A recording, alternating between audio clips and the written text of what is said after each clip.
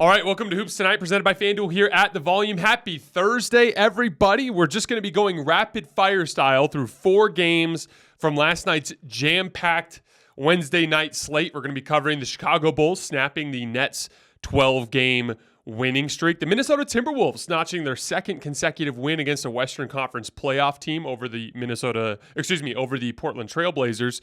The Detroit Pistons beating the Warriors in a super fun game at the buzzer on a 3 by Saddiq Bey. And then last but not least, the Los Angeles Lakers beating a red-hot Heat team without LeBron James and Anthony Davis behind Dennis Schroeder and Russell Westbrook playing a couple of great games.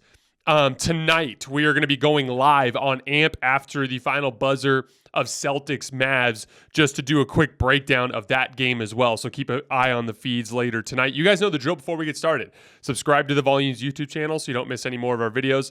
Follow me on Twitter at _JasonLT so you guys don't miss any show announcements. And then last but not least, if for whatever reason you guys miss one of these videos and you can't get back over to YouTube to finish, remember you can get them wherever you get your podcasts under Hoops Tonight. All right, here we go. Rapid fire 4 games. So the Bulls beat the Nets 121-112. That snaps Brooklyn's 12-game winning streak. They led for almost the entire game by as much as 18. They tried to make a run. The Nets did there in the fourth quarter. Finally got their offense going a little bit, but a couple of pivotal turnovers, pick sixes that ended up in dunks running out the other way. And honestly, just got to hand it to Chicago. They made a bunch of big plays down the stretch of the game. Zach LaVine and DeMar DeRozan in particular have been awesome over the course of the last 3 weeks or so. We're going to talk about that here in just a second. But they kept him at arm's length throughout, despite KD going off for 44 points on 22 shots. On December 18th, the Chicago Bulls were 11-18, and everything looked lost. It even appeared that the Bulls might even consider blowing things up in the season because there were enough desperate teams out there that might want the services of some of their star players. And I've talked about this concept a lot on the show over the course of the last couple of weeks, but the idea of fighting for your season. Obviously, for your top-tier teams, there's a lot of, smooth sailing over the course of the season. Like the Boston Celtics, they got rolled in Oklahoma City 2 nights ago. Who cares? Shai Gilgeous-Alexander was out. They brought a crap effort. They've had, pretty inconsistent effort for the last couple of weeks now, but it just doesn't matter because they're so damn talented that they're still the best team in the league, and they can have bad nights, and it's just not going to impact them in the standings because of how much talent they have. But for the teams in the middle, think of it like when I was talking about the if things go right contenders, but it extends even deeper than to teams that have playoff aspirations of any kind. There's up and down stretches during the season. And typically there's a stretch, especially when you have bad luck early on, where you have to kind of look in the mirror and decide whether or not you want to fight for this thing. And we've seen a bunch of teams in particular dealing with that lately. The Los Angeles Lakers, the Atlanta Hawks, the Miami Heat as of a couple of weeks ago when they started fighting and starting to get it into a groove. And the Chicago Bulls were in a similar predicament. 11-18, just got your butt kicked by the Milwaukee Bucks last year in the playoffs. There's a lot of reasons to pack it in at that point, but that's not what they did. In the 9 games since then, the Bulls are now 6-3. And I believe they lost one of those 3 games at the buzzer, too. DeMar DeRozan and Zach LaVine have been unreal. They're averaging 53 points per game over that span on 50% shooting. 4 of those 6 wins involved clutch situations, which has been a huge part of their recent success.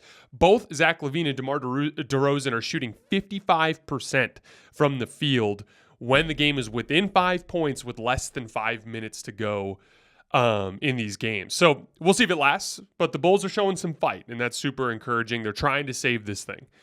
On the Nets, not worried at all. They've been the best team in the league over the course of the last couple of months. I'm officially actually vaulting them up into my top tier of contenders with Boston and Milwaukee and Golden State, and I'm dropping down the Clippers off of that list for the time being. I know everyone says, Golden State, their record doesn't dictate that, but with what we saw from them last year in the playoffs, with what we know about their starting lineup, with how well they're playing without Steph Curry, last night without Andrew Wiggins or Jonathan Kuminga either, with no wing size, they still almost beat the Pistons, so I'm not worried about Golden State there. Moving on. Okay, so the Minnesota Timberwolves beat the Portland Trail Blazers 113-106. That's their second straight win over a Western Conference playoff team to kind of as a palate cleanser from some rough basketball over the course of the previous couple of weeks. They played absolutely stifling defense in the fourth quarter of this game. I've talked a lot about what went wrong for Rudy Gobert and the Utah Jazz over the course of that era. And it wasn't Rudy's fault. Rudy got blamed for it a lot because he's running around like a chicken with his head cut off trying to clean up messes. But more often than not, it was bad perimeter defense that led to those Utah Jazz problems. Someone gets beat off of the dribble. Rudy steps up to help. No one rotates on the back end. It's a wide open shot or something along those lines.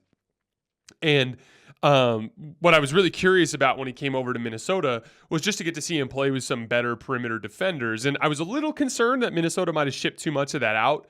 But what they've given up in backcourt ball pressure type of guards, guys like Patrick Beverley, they've actually gained back in a little bit more wing depth.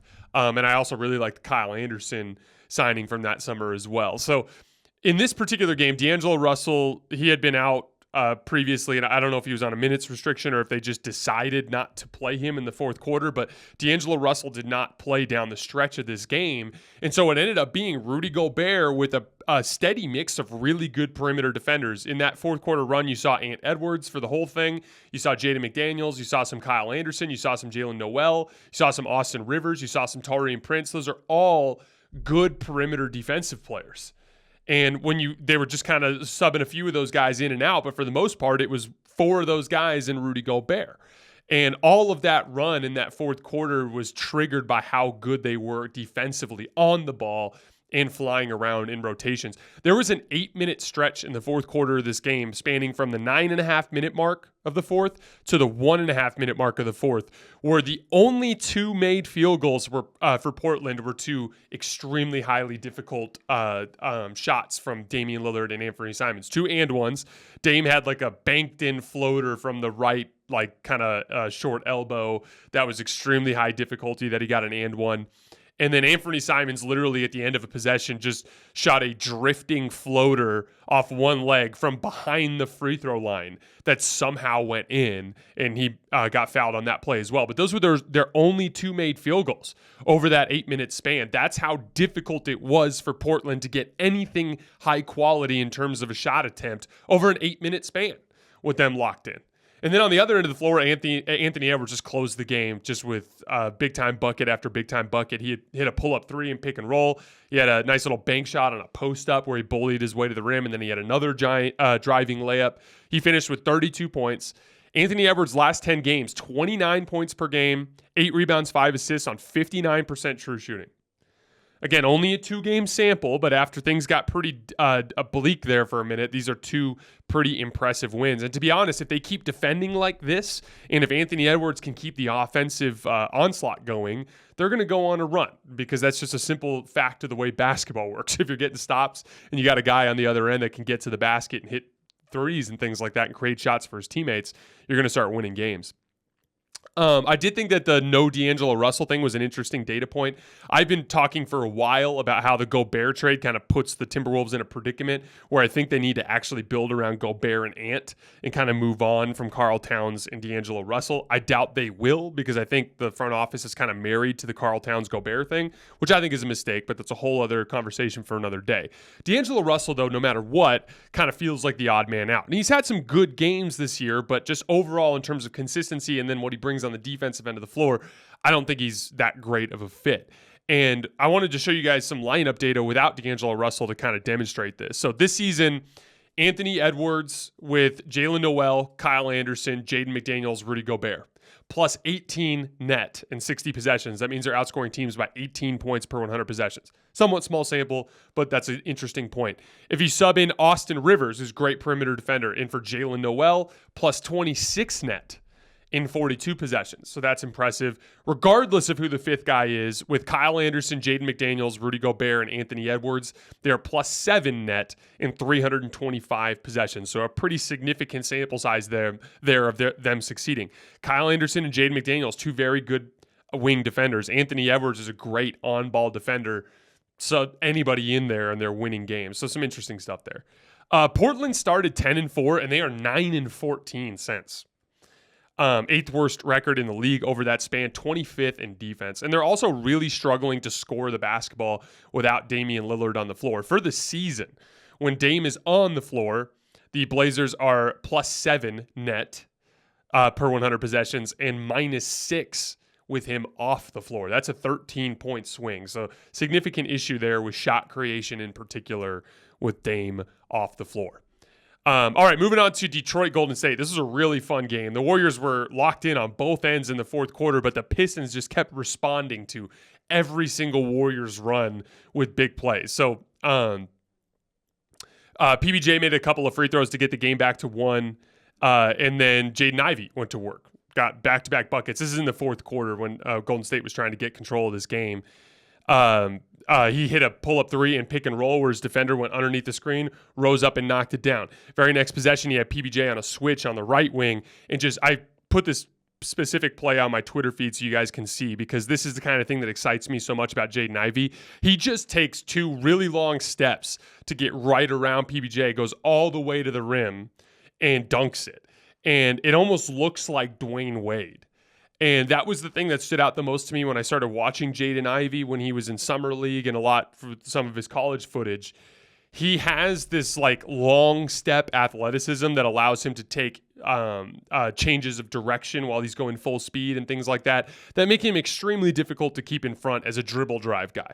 Now, he's got a mile to go to get anywhere close to what Dwayne Wade was, but when he's got that type of athleticism, the potential is through the roof. And he's had a rough season, and there's a lot that he's got to get better at, but Jaden Ivey continues to be one of the rookies that excites me the most. So the Warriors go on another run after that, little 2-play sequence from Jaden Ivey ending in a Klay Thompson dunk that gets it back to the Warriors in front by 1. And then Isaiah Stewart responds to that by winning back-to-back physical battles. There's a play where he buries Kevon Looney under the rim and makes a little right-handed hook shot. Then on the very next possession, Jordan Poole and Looney run a pick and roll. Looney actually catches almost underneath the basket with Isaiah Stewart on him. In that same type of confrontation, Isaiah Stewart wins it and blocks Kevon Looney at the rim. I talk a lot about the physical battle that takes place underneath the basket and how it's about knocking guys off of their base. And that was 2 battles that Isaiah Stewart won back-to-back, one on offense and one on defense, that essentially amounted to a 4-point swing, a couple of big plays to get the Pistons back up by 3. So, and then 2 possessions after that, they converted another PBJ turnover into a transition 3 for Killian Hayes. They actually went up by 7 at that point. It was 106-99. On the next possession, the Killian Hayes 3, then there was an Alec Burks and 1 that got them up to 7. But then Klay gets hot and hits 3 straight jumpers for 8 points in 1 minute. Klay was amazing this entire fourth quarter, really starting to hit his stride. We'll talk about that here in a few minutes. But that gets it back to 108-107, and then Bojan Bogdanovic rescues a possession with 2.2 seconds left on the shot clock on a baseline out of bounds by taking like this wild leaning 3 off the dribble at the shot clock buzzer that he makes to put the Pistons back up 4. I talk a lot about rescue possessions. When you got guys, typically they got to be taller, but there are some exceptions to that rule, namely Steph Curry. But when you have a guy when there's a possession that's effectively lost, and on most possessions when you've got less than a couple seconds left in a baseline out of bounds or a sideline out of bounds, like it's hard to get a quality shot there. And when you've got a guy that can convert that like 1 out of every 2 or 3 times, 1 out of every 3 or 4 times into 3 points, that's a huge weapon to have. And that's a huge thing that bolsters offensive ratings. But that was a huge shot from Bogdanovic to put him up by 4. Then Jordan Poole gets going. He hits back-to-back step-back jumpers, a step-back 2 and then a step-back 3. Now we're back to 2. But Bojan Bogdanovic on the other end of the floor is just executing in pick and roll. He gets downhill, makes a really nice kick-out pass to the corner to Alec Burks for 3. Then he runs another one with Saddiq Bey where he throws a beautiful behind-the-back feed to Saddiq Bey on the left wing who hits a 3. Now it's back up to 117-12. Then Klay Thompson goes on another flurry. He hits a couple of free throws. He hits a really difficult driving scoop layup over Isaiah Stewart. And then he hits the 3 to tie the game. Beautiful play design by Steve Kerr there in the final seconds. They run Anthony Lamb along the baseline. And Ty Jerome throws a beautiful skip pass that hits Ty Jerome in stride. At the same time, Klay Thompson's at the top of the key, and they set a quick screen with Kevon Looney, who Klay Thompson comes over the top and ends up catching and knocking down a 3. Yet another flurry from Klay Thompson. Yet another run from the Warriors to tie this game. And then they go over to the other end of the floor. The Warriors defend the action really well, but Saddiq Bey just pops out and literally just throws up a prayer that ends up going in. So every single time down the stretch of that fourth quarter that the Warriors went on a run, the Pistons responded. Young players, in most cases, taking and making big shots, making big plays. Obviously a tough loss for the Warriors, but you're super thin on the wing without Andrew Wiggins and Jonathan Kuminga. That's going to hurt you. There were a couple of key offensive rebounds at the end of this game that you probably get if you have your wings available. But you got to just tip the cap to the Pistons because they just made big plays all night long, especially down the stretch of that game. As for the Draymond ejection, this is actually a big sequence kind of involving the rebounding that I was talking about. Isaiah Stewart gets an offensive rebound that I think ends up leading to a Saddiq Bey 3. On that offensive rebound, Draymond actually battles with Isaiah Stewart underneath the basket. And he's battling for that box out position, and they're both under the rim. The ball comes off, and Isaiah Stewart is able to run back to get the basketball. The Warriors need to do a better job of crashing from the perimeter to help when Draymond is in those box out situations, but that's a huge thing where having some real athleticism on the wing helps you there. And to be honest, when you have Andrew Wiggins out of the game, when you have Jonathan Kuminga out of the game, the Warriors really aren't that athletic as a team. And so that's what kind of made that specific matchup difficult there. As far as the ejection goes, because then on the very next possession, Draymond got mad that Isaiah Stewart got away from him, and then they got into that tussle. We can argue whether or not that scuffle dictated a double technical. I kind of see where Steve Kerr and where all the other guys are coming from. Like that's a part of the game of basketball. There's all these physical battles that are taking place under the rim. I'm actually surprised it doesn't happen more often. The guys get engaged in a wrestling match essentially underneath the basket. But that's a conversation for another day, because the reality is every single time that ever happens to anybody, it's a double technical. It has been for as long as I've been watching basketball. Two guys get engaged in a battle underneath the basket rebounding. If it's a little grabbing here and there, it might be a double foul. But if they're straight up about to square up the way those two guys were, it's always a double technical. So it's one of those things where I understand the frustration after the game, but you have to know going into that situation that if you get into a tussle and you already have a technical, that an ejection is on the table at that point. Moving on to Heat Lakers. So this was an unbelievably massive win for the Lakers. LeBron missed the game with a non-COVID illness, which I thought was surprising because it was a nationally televised game against a team that they were capable of beating. LeBron had been playing really well, and the Lakers had won 2 games in a row, so he must have been pretty sick. I expected him to play. But Dennis Schroeder and Russell Westbrook were incredible, and that carried them enough offensively, and then they've actually been defending pretty well. We'll talk about that in a second. But Schroeder and Westbrook combined for 53 points and 11 assists. They both made massive plays down the stretch of this game. Dennis kept getting downhill to his right hand, that patented Dennis Schroeder drive with that scooping layup at the end, including the one that ended up sealing the game late. And then Russ had a couple of key and ones, one that was on kind of like an ISO post-up kind of thing where he pump faked and got an and one. And then on the backdoor cut on that last second play where Austin Reeves threw a beautiful bullet pass to Russ and he ended up getting an and one. Lots of big plays from both of those guys. But more importantly, both of those two guys played incredible defensive games. When you're down LeBron James and Anthony Davis, they need guys to step up, and you have to defend at an extremely high level because you're going to have some offensive struggles. And those guys were great. And then Thomas Bryant pitched in again as well, 21 points and 9 rebounds. The Lakers now won 3 straight, 4 of their last 5. They are a respectable 8th in defense over that span, which is incredibly impressive without Anthony Davis when you think about it. But it really comes down to credible perimeter defense. What do I always say is the best form of rim protection? I think the best form of rim protection is perimeter defense or containing the basketball. And the main reason why is when you contain the basketball, you don't need rim protection because no one's getting a straight line drive downhill. And obviously, it's actually harder to build your defense around a scheme that requires you to keep a rim protector around the rim than it is to have more freelance where everybody's flying around and doing a lot more switching and things along those lines. So when you've got guys like Dennis Schroeder competing on the basketball, Russell Westbrook competing, Patrick Beverley competing, Austin Reeves, Troy Brown, the list goes on.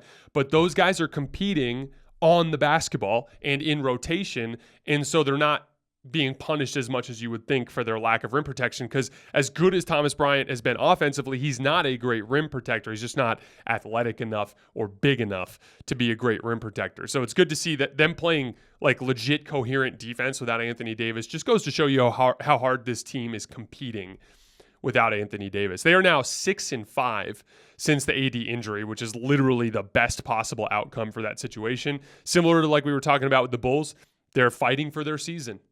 And now they might have saved it. They're just 3.5 games back of the 6 seed, 5 games back of the 4 seed. Adrian Wojnarowski reported yesterday that Anthony Davis is now running on the court and experiencing no pain. So the next step is him jumping to see how that feels. But if AD comes back with how well LeBron James is playing, with the trades that they have available to make at the deadline, you know, it's still pretty bleak for the Lakers, but you can see a clear light at the end of the tunnel that was not there 10 days ago, especially at Christmas Day when they got blown out by the Mavs.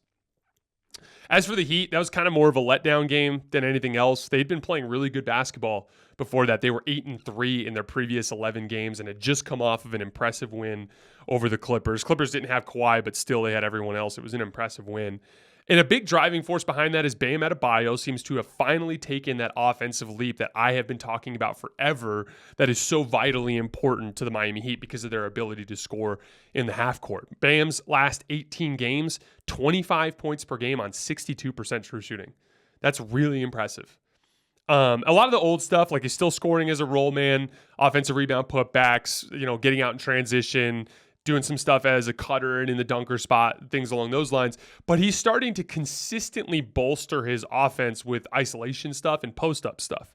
In the last 10 games, Bam is averaging 5 points per game just out of isos and post-ups, which doesn't seem like much, but that's the difference between averaging 20 a game and averaging 25 a game. That's rescue possessions. That's bolstering your offense with offense that otherwise wouldn't be there. That's saving possessions and capitalizing on matchups.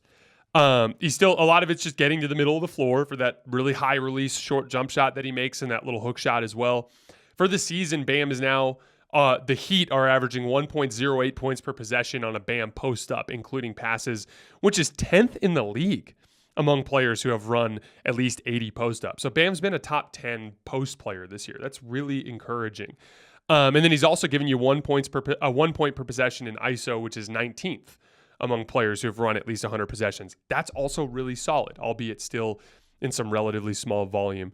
The Heat obviously still need to bolster that forward position at the trade deadline, but if Bam's going to give you 25 points per game over the course of a playoff run, and you get playoff Jimmy, and with how well Tyler Herro has played offensively this season, and if they can bolster that forward position, I wouldn't pick them against the Celtics, Nets, or Bucks, but I'd give them a fighting chance, like a real puncher's chance against any of them. All right, guys, that is all I have for today. We will be back tonight after the final buzzer of Celtics Mavs for a breakdown of that game. As always, I sincerely appreciate your support, and I will see you guys next time.